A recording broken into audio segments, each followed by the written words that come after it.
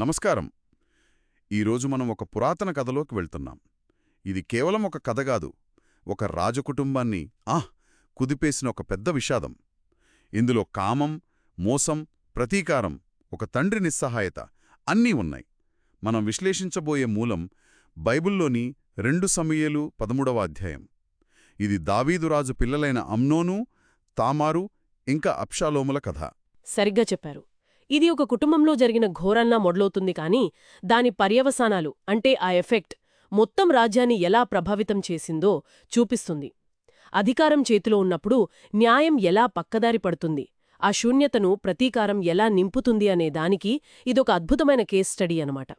ప్రతి పాత్ర తీసుకున్న నిర్ణయం ఒక డొమినో ఎఫెక్ట్లా ఎలా మారిందో మనం చూస్తాం. సరే, ఇక ఈ కథను విడమరిచి చూద్దాం. కథ దావీదు పెద్ద కుమారుడు యువరాజు అయిన అమ్నోనుతో మొదలవుతుంది.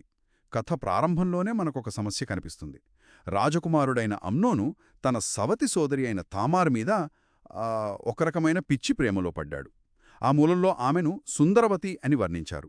ఆమె మీదున్న మోహంతో అతను ఎంతలా కుంగిపోయాడంటే రోజురోజుకి చిక్కిపోతున్నాడు. సమస్య ఏమిటంటే ఆమె రాజకుమారి ఇంకా కన్యక.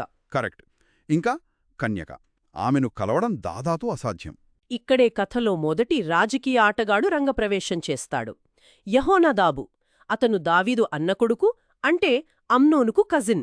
కాని అతని గురించి చాలా క్లియర్గా బహు కపటము గలవాడు అని చెప్పారు. అతను కేవలం చెడ్డ సలహా ఇచ్చే స్నేహితుడు కాదు, రాజవంశంలో అధికారం కోసం జరిగే పోరాటంలో అతనొక పావు. బహుశా సింహాసనానికి వారసుడైన అమ్నోనుకు సహాయం చేస్తే తన పలుకుబడి పెరుగుతుందని అతని ఆలోచన కావచ్చు. అవును, అతని ప్రవర్తన చూస్తే అదే అనిపిస్తుంది. అతను అమ్నోను దగ్గరకు వచ్చి, నువ్వు రాజకుమారుడివి, ఇలా రోజురోజుకీ ఎందుకు నీరసించిపోతున్నావు అని అడుగుతాడు. అతని బాధకు కారణం తామారు అని తెలుసుకోగానే యెహోనాదాబు ఏమాత్రం ఆలోచించకుండా ఒక ప్లాన్ వేస్తాడు. అది చాలా నిర్దిష్టమైన, మోసపూరితమైన ప్లాన్. ఆ పథకంలోనే అతని కపటత్వం మొత్తం బయటపడుతుంది. అతను అమ్నోన్తో నువ్వు జబ్బుపడినట్టు నటించు అంటాడు. మీ నాన్న రాజు నిన్ను చూడటానికి వచ్చినప్పుడు ఒకటే కోరిక కోరుకో, నా సోదరి తామారు వచ్చి నా కళ్లముందే వండి వడ్డిస్తే నేను తింటాను అని అడుగు అని సలహా ఇస్తాడు. ఇది చాలా తెలివైన ఎత్తుగడ. ఎందుకంటే ఇది తామారును ఒంటరిగా అమ్నోను గదికి రప్పిస్తుంది, అదీ రాజు అనుమతితో. నిజమే, కొడుకు అనారోగ్యంతో ఉన్నాడని తెలిసిన ఏ తండ్రి అయినా అంత చిన్న కోరికను కాదంటాడా? దావీదు కూడా అలాగే ఆలోచించాడు. వెంటనే తామారుకు కబురు పంపి, నీ అన్న అమ్నోను ఇంటికి వెళ్ళి అతనికోసం భోజనం సిద్ధం చెయ్యి అని ఆజ్ఞాపిస్తాడు. ఒక పవిత్రమైన సోదరి ప్రేమ ముసుగులో ఒక ఘోరమైన నేరానికి రంగం సిద్ధమైంది. తామారు అమాయకంగా తన అన్న ఇంటికి వెళ్తుంది. అతని కళ్లముందే పిండి కలిపి అప్పాలు చేసి వడ్డించడానికి సిద్ధమవుతుంది. కాని అమ్నోను ఆ పథకాన్ని ముందుకు నడిపిస్తాడు. అతను తినడానికి నిరాకరించి ఇక్కడున్న వాళ్లందరూ బయటకు వెళ్ళిపోండి అని గదిలోని సేవకులందర్నీ పంపించేస్తాడు. ఆ తర్వాత గదిలో ఇద్దరే మిగులుతారు. అమ్నోను ఆ వంటకాన్ని గది లోపలికి తీసుకురా, నీ చేత్తో తినిపించు అని అడుగుతాడు. ఆమె లోపలికి రాగానే కథ అత్యంత విషాదకరమైన మలుపు తీసుకుంటుంది. అతనామెను పట్టుకుని, నా చెల్లి నాతో పడుకో అంటాడు. ఒక్క నిమిషం, ఇక్కడ తామారు స్పందన చాలా అద్భుతంగా ఉంటుంది. ఆమె కేవలం భయపడి ఏడవదు. అవును, ఆమె వాదన చాలా శక్తివంతమైనది. ఆమె 3 స్థాయిలలో వాదిస్తుంది. మొదట నైతికంగా, అన్నా ఇది తప్పు, మన ఇశ్రాయేలీల సంప్రదాయానికి విరుద్ధం, ఇలాంటి నీచమైన పని చెయ్యకు అంటుంది. రెండవది వ్యక్తిగతంగా, ఇలా చేస్తే నా అవమానాన్ని నేను ఎక్కడ దాచుకోగలను, నా బతుకేమైపోవాలి అని ప్రశ్నిస్తుంది. మూడవది అతని గురించి కూడా ఆలోచిస్తుంది. నువ్వు ఇలా చేస్తే సమాజంలో ఒక దుర్మార్గుడివిగా మిగిలిపోతావని హెచ్చరిస్తుంది. ఇంత చెప్పి ఆగిపోకుండా ఒక పరిష్కారం కూడా చూపిస్తుంది. దయచేసి రాజుతో మాట్లాడు, ఆయన నన్ను నీకు ఇచ్చి పెళ్లి చేస్తాడు, చట్టబద్ధంగా నన్ను పొందు అని వేడుకుంటుంది. ఇంత స్పష్టంగా వాదించిన తర్వాత కూడా అతని స్పందనేమిటి? అతని స్పందన పూర్తి క్రూరత్వం. తర్కం, దయ, చట్టం అవేవీ అతని కామం ముందు నిలబడలేదు. అతను ఆమె మాట వినకుండా ఆమెపై అత్యాచారం చేస్తాడు. అయితే ఆ తర్వాత జరిగిన సంఘటన అంతకంటే భయంకరమైనది. అతని కామం తీరిన వెంటనే అతను ఆమెను ప్రేమించిన దానికంటే 1000 రెట్లు ఎక్కువగా ద్వేషించడం మొదలుపెట్టాడు. అంటే నమ్మలేకపోతున్నాను. క్షణకాలం ముందు నిన్ను ప్రేమిస్తున్నాను అన్నవాడు ఆ తరువాత వెంటనే లేచి ఇక్కడ్నించి పో అని ఎలా అనగలుగుతాడు? అది ఎంత వికృతమైన మనస్తత్వం! ఇది మానసిక విశ్లేషకులకు చాలా ఆసక్తికరమైన విషయం. బహుశా అది తీవ్రమైన సిగ్గు, తనమీద తనకే అసహ్యం కావచ్చు. అతను చేసిన పాపానికి తామారొక సజీవ సాక్షిగా కనిపించి ఉండొచ్చు. అందుకే ఆ నిజాన్ని తన కళ్ల ముందు నుంచి తొలగించుకోవడానికి, తనలోని అసహ్యాన్ని ఆమె మీదకు ప్రొజెక్ట్ చేసి ఆమెను ద్వేషించడం మొదలుపెట్టాడు. అతను కేవలం పొమ్మని చెప్పలేదు, లేచి పొమ్మని అన్నాడు. అది పూర్తి తిరస్కారమనమాట. ఆమె అతన్ని మళ్ళీ వేడుకుంటుంది. నన్ను బలవంతం చేయడం ఒక నేరమైతే ఇప్పుడిలా నన్ను బయటకు గెంటేయడం అంతకంటే పెద్ద అవమానం అని వాదిస్తుంది. కాని అతను వినడు. తన సేవకుణ్ణి పిలిచి దీనిని నా దగ్గర్నుంచి బయటకు గెంటేసి తలుపు గడియవేయి అని ఆజ్ఞాపిస్తాడు. ఆమెను పేరుతో కూడా కాకుండా దీనిని అని ఒక వస్తువులా సంబోధించడం అతని క్రూరత్వానికి పరాకాష్ట. అవును, ఆ తలుపు గడియ వేయడం కేవలం ఒక భౌతిక చర్య కాదు, అది ఒక ప్రతీక. ఆమె జీవితాన్ని, ఆమె గౌరవాన్ని శాశ్వతంగా మూసివేయడం లాంటిది. జరిగిన అవమానంతో, దుఃఖంతో తామారు బయటకు వస్తోంది. రాజకన్యకలు ధరించే రంగురంగుల వస్త్రాన్ని చింపుకుని, తలపై బూడిద పోసుకుని, నెత్తిమీద చేతులు పెట్టుకుని ఏడుస్తూ వెళ్ళిపోతుంది. ఇది ఒక నిశ్శబ్ద హాహాకారం. తనకు జరిగిన అన్యాయాన్ని ప్రపంచానికి చాటి చెప్తున్నట్లుగా ఉంది. ఆ వస్త్రాలు, ఆ బూడిద కేవలం దుఃఖానికి చిహ్నాలు కావు. అవి ఆమె గౌరవం, ఆమె హోదా, ఆమె కన్యత్వం అన్నీ నాశనం చేయబడ్డాయని బహిరంగంగా ప్రకటించడం. ఆమెను ఆ స్థితిలో చూసిన మొదటి వ్యక్తి ఆమె సొంత అన్న అబ్షాలోము. అతను వెంటనే విషయం గ్రహించి, నిన్ను మీ అన్న అమ్నోను ఏమైనా అన్నాడా అని సూటిగా అడుగుతాడు. అబ్షాలోము ఆమెను ఓదారుస్తాడు. నా చెల్లి, ఇప్పుడేమూ మాట్లాడకు. వాడు నీ అన్నే కదా, దీని గురించి చింతపడొద్దు అంటాడు. పైకి ఓదార్పు మాటలు చెబుతున్నా అతని మనసులో మాత్రం పగ రగులుకోవటం మొదలైంది. అతను అమ్నోనుతో మంచిగాగాని చెడుగాగాని మాట్లాడటం మానేస్తాడు. కాని తన సోదరిని అవమానించినందుకు అతనిమీద తీవ్రమైన పగ పెంచుకుంటాడు. ఈ విషయం రాజు దావీదుకు తెలిసినప్పుడు అతనికి పట్టలేనంత కోపమొచ్చింది. కాని అతను ఏమీ చెయ్యలేదు. ఇక్కడే కథ మరో కీలక మలుపు తీసుకుంటుంది. దావీదు నిష్క్రియాపరత్వం. రాజుగా దేశానికి న్యాయాన్ని అందించాల్సిన బాధ్యత అతనిది. తండ్రిగా తన కుమార్తెకు అండగా నిలవాలి. కాని అతను రెండింటిలోనూ విఫలమయ్యాడు.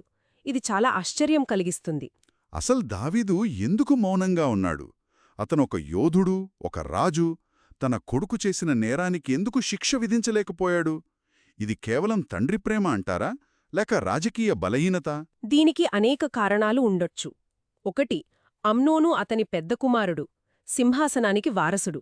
అతన్ని బహిరంగంగా శిక్షిస్తే రాజవంశంలో కలతలు రేగి రాజకీయ అస్థిరత వస్తుందని భయపడి ఉండవచ్చు. 2. మరింత వ్యక్తిగత కారణం. బహుశా దావీదు స్వంతగతం. అతను బత్షెబా విషయంలో చేసిన పాపం అతన్ని వెంటాడుతూ ఉండొచ్చు. తన కొడుకును శిక్షించే నైతిక అధికారం తనకు లేదని అతను భావించుండవచ్చు. కారణం ఏదైనా అతను ఏమీ చేయకపోవడం అబ్షాలోములోని పగను మరింత పెంచింది. అంటే రాజు న్యాయం చేయడంలో విఫలమైనప్పుడు ఆ స్థానాన్ని ప్రతీకారం ఆక్రమించుకుంది. అబ్షాలోము సరిగ్గా 2 సంవత్సరాలు మౌనంగా ఎదురుచూస్తాడు, ఒక ప్రణాళిక కోసం. అవును, అతనిది వేడి రక్తంతో తీసుకున్న నిర్ణయం కాదు. 2 సంవత్సరాల పాటు చల్లగా, లెక్క ప్రకారం పెంచుకున్న పగ అనమాట. 2 సంవత్సరాల తర్వాత అతను తన ప్రతీకార పథకానికి తెరలేపుతాడు. గొర్రెల బొచ్చు కత్తిరించే పండుగ పేరుతో ఒక పెద్ద విందు ఏర్పాటు చేస్తాడు. రాజకుమారుల అందర్నీ ఆహ్వానిస్తాడు. అతను తెలివిగా తన తండ్రి దావీదురాజును కూడా ఆహ్వానిస్తాడు. కాని రాజు, మేమందరం వస్తే నీకు భారమవుతుంది అని సున్నితంగా తిరస్కరిస్తాడు. అప్పుడు అబ్షాలోము తన అసలు ఎత్తుగడను బయటపెడతాడు. సరే, మీరు రాకపోతే కనీసం నా అన్న అమ్నోనులైనా పంపించండి అని అడుగుతాడు. రాజుకు మొదట అనుమానమొస్తుంది. అతను నీతో ఎందుకు రావాలి అని ప్రశ్నిస్తాడు. కాని అబ్షాలోము పదే పదే బతిమాలడంతో దావీదు చివరికి ఒప్పుకుంటాడు.